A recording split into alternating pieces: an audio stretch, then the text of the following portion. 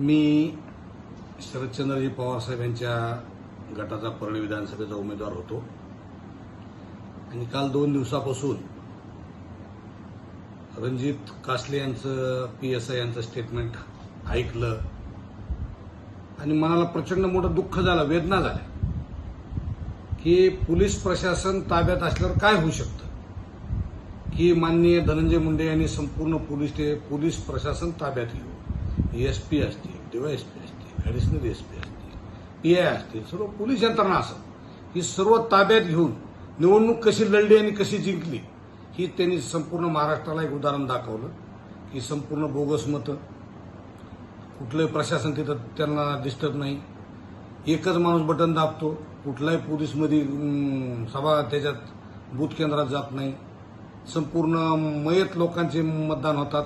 कुठलेही पोलीस त्यांना त्रास देत नाही आणि हे सगळं करून सुद्धा पुन्हा ईव्हीएमला सुद्धा खोडकाट आणि छेडछाड करून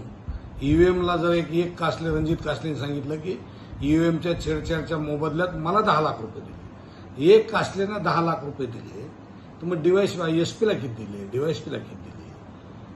PI ला किती दिले, सर्व पोलीस प्रशासनाला किती दिले, हे करोडो रुपयाचा एक फार मोठा घोटाळा या ठिकाणी एक स्कॅन्डल निर्माण या ठिकाणी धनंजय मुंडे यांनी दाखवून दिलेला आहे. कुठल्याही लोकमताची गरज नाही, लोक सोबत राहायची गरज नाही, फक्त पोलीस प्रशासन यंत्रणा, महसूल हे सर्व प्रशासन ताब्यात घेणे आणि निवडणूक जिंकणे ही एक जे धनंजय मुंडे यांनी संपूर्ण महाराष्ट्राला आणि देशाला एक नवं उदाहरण घालून दिलं की निस्ता आम्ही ईव्हीएमवर आणि सर्व पोलीस प्रशासनावर निवडणूक जिंकू शकतो असं जर दाखवत असतील तर याला काय म्हणायचं आपण या महाराष्ट्रातल्या लोकांनी, ही खरी लोकशाही आहे का? आणि मग खऱ्या लोकशाहीचा या ठिकाणी दाद देणं म्हणण्यापेक्षा खरी लोकशाही अस्तित्वात यावी म्हणून आता एक शेवटचा अंतिम पर्याय म्हणून आम्ही फक्त कोर्टाकडे पाहतो. मी या सर्व बाबीच्या विरोधात किंवा हे सर्व धनंजय मुंडेचे जे घोटाळे आणि तुम्ही बघता महाराष्ट्रात पाहता, तुम्ही आता 2-4 महिन्यांना तेच पाहता